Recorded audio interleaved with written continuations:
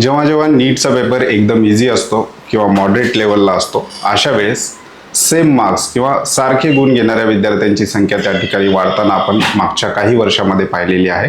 जर दोन विद्यार्थ्यांना सेम मार्क्स आले तर विद्यार्थ्यांना युनिक रँक त्या ठिकाणी द्यावा लागतो. मग कुठल्या विद्यार्थ्यांना वरचा रँक द्यायचा याविषयी डिटेल इन्फॉर्मेशन आपण आजच्या व्हिडिओमध्ये पाहणार आहोत. NTA नेमके नियम काय आहेत विद्यार्थ्यांना रँकिंग देण्यासाठी, वेगवेगळ्या कोचिंग क्लासेसच्या आन्सर की विद्यार्थ्यांपर्यंत पोहोचलेल्या आहेत, त्या आन्सर कीवरून विद्यार्थ्यांनी आपले मार्क्स सुद्धा कॅल्क्युलेट केलेले आहेत. याचबरोबर विद्यार्थ्यांनी टाय ब्रेकिंग रूल जो आहे NTAचा त्याला फॉलो करून एक वेगळं कॅल्क्युलेशन करून ठेवलं तर विद्यार्थ्यांना आपण रँकमध्ये कशा प्रकारे वर राहू याचं सुद्धा कॅल्क्युलेशन त्या ठिकाणी येणार आहेत. नेमकं नीट UG 2026 टाय ब्रेकिंग रूल कशा प्रकारे आहे, नेमका टाय ब्रेकिंग रूल काय आहे, त्याचबरोबर कशा प्रकारे तो लागू होतो याविषयी डिटेल पाहणार आहोत. नमस्कार, मी अंकुश पाटील. तुम्ही पाहताय श्री छत्रपती अकॅडमी पुणेचे यूट्यूब चॅनल. नीट UGचा ॲप्लिकेशन फॉर्म भरण्यापासून ते विद्यार्थ्यांचं ॲडमिशन होईपर्यंतचे संपूर्ण महत्त्वाचे अपडेट्स तुम्हाला या यूट्यूब चॅनल मार्फत आपण विद्यार्थ्यांपर्यंत पोहोचवत असतो. त्यामुळे चॅनलवर नवीन असाल तर अशाच माहितीपूर्ण व्हिडिओसाठी श्री छत्रपती अकॅडमी पुणेच्या यूट्यूब चॅनलला सबस्क्राईब करा. अशाच प्रकारचे महत्त्वाचे अपडेट्स तुम्हाला तुमच्या व्हॉट्सअपवर मिळवायचे असतील तर डिस्क्रिप्शन बॉक्समध्ये आमच्या व्हॉट्सअप चॅनलची लिंक देण्यात आलेली आहे. त्या लिंकवर क्लिक करून तुम्ही सहज आमचं व्हॉट्सअप चॅनल सुद्धा जॉईन करू शकता. मुख्य विषयाला आपण सुरुवात करतोय. मुख्य विषय आहे नीट UG 2026 टाय ब्रेकिंग नियम. नेमकं टाय ब्रेकिंग म्हणजे काय याविषयी डिटेल इन्फॉर्मेशन पाहणार आहोत. 26 साठी ते नियम कशा प्रकारे काम करणार आहेत, ज्याचा थेट इफेक्ट किंवा थेट परिणाम विद्यार्थ्यांच्या रिझल्टवर त्या ठिकाणी होणार आहे. जेव्हा दोन किंवा अधिक विद्यार्थ्यांना समान गुण मिळतात तेव्हा मेडिकल मेरिट लिस्टमध्ये रँक कशी ठरवली जाते याविषयी, सगळ्या विद्यार्थ्यांचे जे काही ॲडमिशन होणार आहेत ते मार्क्सच्या बेसिसवर न होता मार्क्सपेक्षा विद्यार्थ्याचा ऑल इंडिया रँक असेल, त्याचबरोबर स्टेट कोट्यामध्ये विद्यार्थी भाग घेत असेल तर स्टेट मेरिट नंबर, ह्या दोन गोष्टी महत्त्वाच्या आहेत. ऑल इंडिया रँक नेमका काय येतो, विद्यार्थ्यांचा स्टेट मेरिट लिस्ट नंबर काय येतो, त्याचबरोबर स्टेट कोट्यामध्ये आणखी एक मेरिट नंबर असतो त्याला आपण कॅटेगरी रँक म्हणतो, की स्टेटमध्ये विद्यार्थ्याचा कॅटेगरी रँक कशा प्रकारे येतो. या तीन गोष्टीवर विद्यार्थ्याला त्या ठिकाणी कॉलेज कुठलं मिळणार आहे या गोष्टी त्या ठिकाणी ठरत असतात. जेव्हा भरपूर सारे विद्यार्थी एकाच मार्क्सवर असतात तेव्हा मात्र विद्यार्थ्यांना एक युनिक रँक द्यावा लागतो. ते युनिक रँक ठरवण्यासाठी काही नियम आहेत, ते नियम आपण पाहणार आहोत.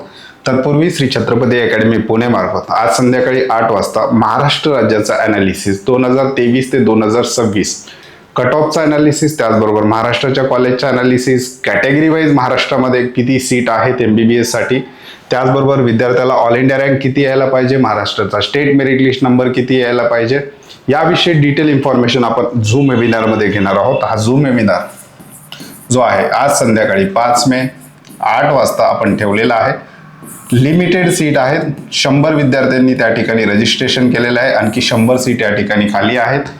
झूम वेबिनार अटेंड करण्यासाठी छत्रपती अकॅडमी पुणेचं कट ऑफ मंत्र हे ऑनलाईन ॲप्लिकेशन आहे. ऑनलाईन ॲप्लिकेशनची लिंक डिस्क्रिप्शन बॉक्समध्ये दिलेली आहे. ॲप डाउनलोड करून ओपन केल्यानंतर तुम्हाला लाईव्ह काउन्सिलिंग अशा प्रकारचा एक टॅब दिसेल, त्याच्यावर क्लिक करून तुम्ही आजच्या झूम वेबिनारला त्या ठिकाणी रजिस्ट्रेशन करू शकता. सायंकाळी 6 वाजेपर्यंत हे रजिस्ट्रेशन तुम्ही त्या ठिकाणी करू शकता. टाय ब्रेकिंग नियम म्हणजे काय आणि का, नियम काय आहे,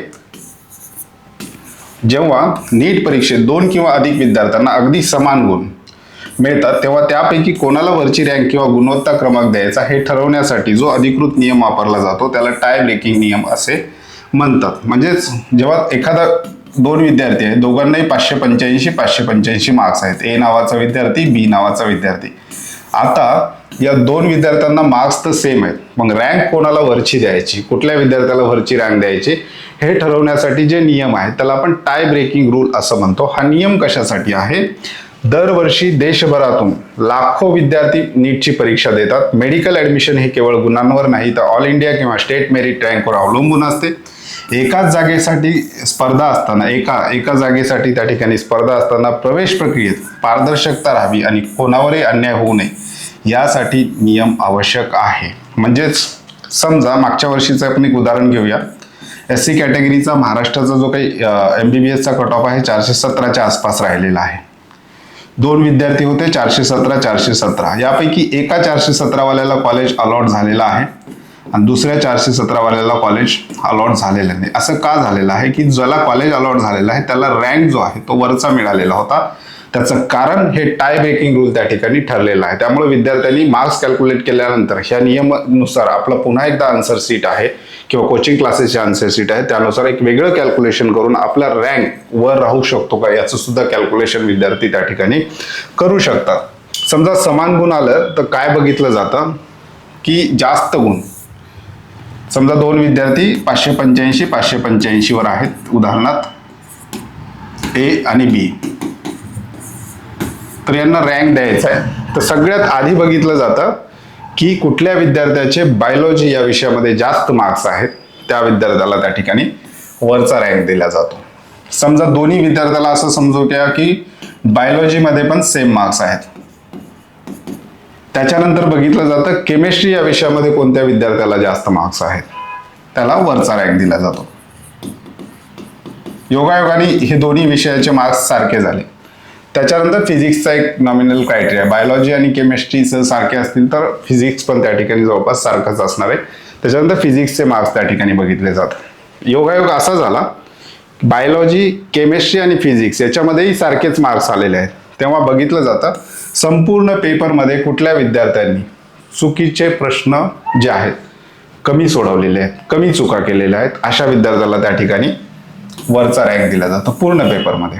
त्याच्यानंतर हे पण योगायोगाने जर दोघांचं सारखंच आलं, त्याच्यानंतर बघितलं जातं कुठल्या विद्यार्थ्यांनी बायोलॉजी विषयामध्ये कमी चुका केलेल्या आहेत. त्याचप्रमाणे नंतर आणखी खाली क्रायटेरिया लागतात, मग केमिस्ट्रीचा लागतो, नंतर फिजिक्सचा लागतो. तर अशा प्रकारे एवढे सगळ्या फिल्टरमधून विद्यार्थ्यांना त्या ठिकाणी रँक दिला जातो. शक्यतो टाय ब्रेकिंग जे आहेत वरच्या 3 किंवा 4 पॉईंटमध्येच होतात, परंतु कधी कधी असं होतं की विद्यार्थ्यांचे सगळे योगायोग जुळून येतात. सगळ्या बाबतीत विद्यार्थी सेम कंडिशनला त्या ठिकाणी असतात. 7 रूल आहेत, 7ही रूल जर मॅच झाले तर आणखी एक महत्वाचा जो नियम लागतो, संगणिके आणि निष्पक्ष निर्णय. जर 1 ते 7 पर्यंतचे सर्व निकष लावणे विद्यार्थ्यांचे गुण आणि अचूकतेचे प्रमाण संपूर्णपणे समान, टाय कायम राहिला 7व्या नियमापर्यंत, तर शेवटचा उपाय म्हणून एक स्वतंत्र तज्ज्ञ समिती नेमली जाते NTA मार्फत. अशा विद्यार्थ्यांना रँक देण्यासाठी एक इंडिपेंडंट कमिटीची त्या ठिकाणी स्थापना केली जाते. या समितीच्या मार्गदर्शनाखाली रँडम प्रोसेस, संगणकीय लॉटरी पद्धतीने तो प्रश्न सोडवला जातो. यात मानवी हस्तक्षेप नसतो.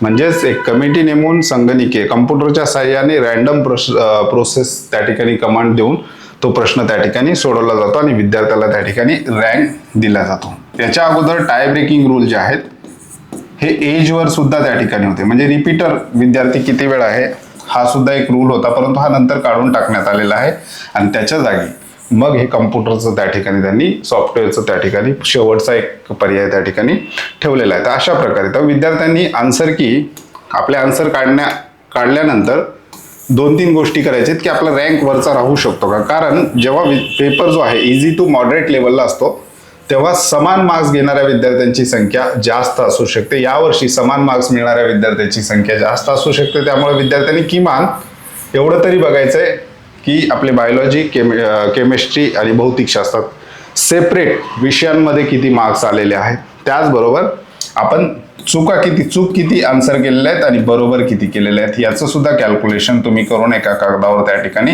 लिहू शकता. ह्या सगळ्या गोष्टी तुम्हाला कधी उपयोगाला येणार आहेत, जेव्हा तुमचा रिझल्ट लागतो त्यावेळेस रँक तुम्हाला दिसून येईल. त्याच्यामध्ये तुम्हाला ह्या सगळ्या गोष्टीचा त्या ठिकाणी उपयोगच होणार आहे. तर अशा प्रकारे हा टाय ब्रेकिंग रूल नीट 2026 साठी त्या ठिकाणी काम करणार आहे. याच्यावरूनच विद्यार्थ्याच्या रँक हा सगळ्यात महत्वाचा नियम ठरणार आहे यावर्षी. तर हे टाय ब्रेकिंग आहे. ज्या विद्यार्थ्यांना आमचं आजचं झूमचे वेबिनार अटेंड करायचं आहे अशा विद्यार्थ्यांसाठी डिस्क्रिप्शन बॉक्समध्ये ऑनलाईन ऍप्लिकेशनची लिंक आहे. ज्या विद्यार्थ्यांना आमच्या 2 प्रकारच्या पेड काउन्सिलिंग आहेत, एक ऑनलाईन पद्धतीने पेड काउन्सिलिंग आहे आणि एक आहे ऑफलाईन पद्धतीने paid counselling. Online paid counselling तुम्ही ॲपमध्येच घेऊ शकता. त्या ठिकाणी अलर्ट पॅकेज एक दिलेला आहे आणि एक प्रीमियम पॅकेज आहे. दोन्हीचे बेनिफिट चेक करून त्या ठिकाणी जॉईन होऊ शकता.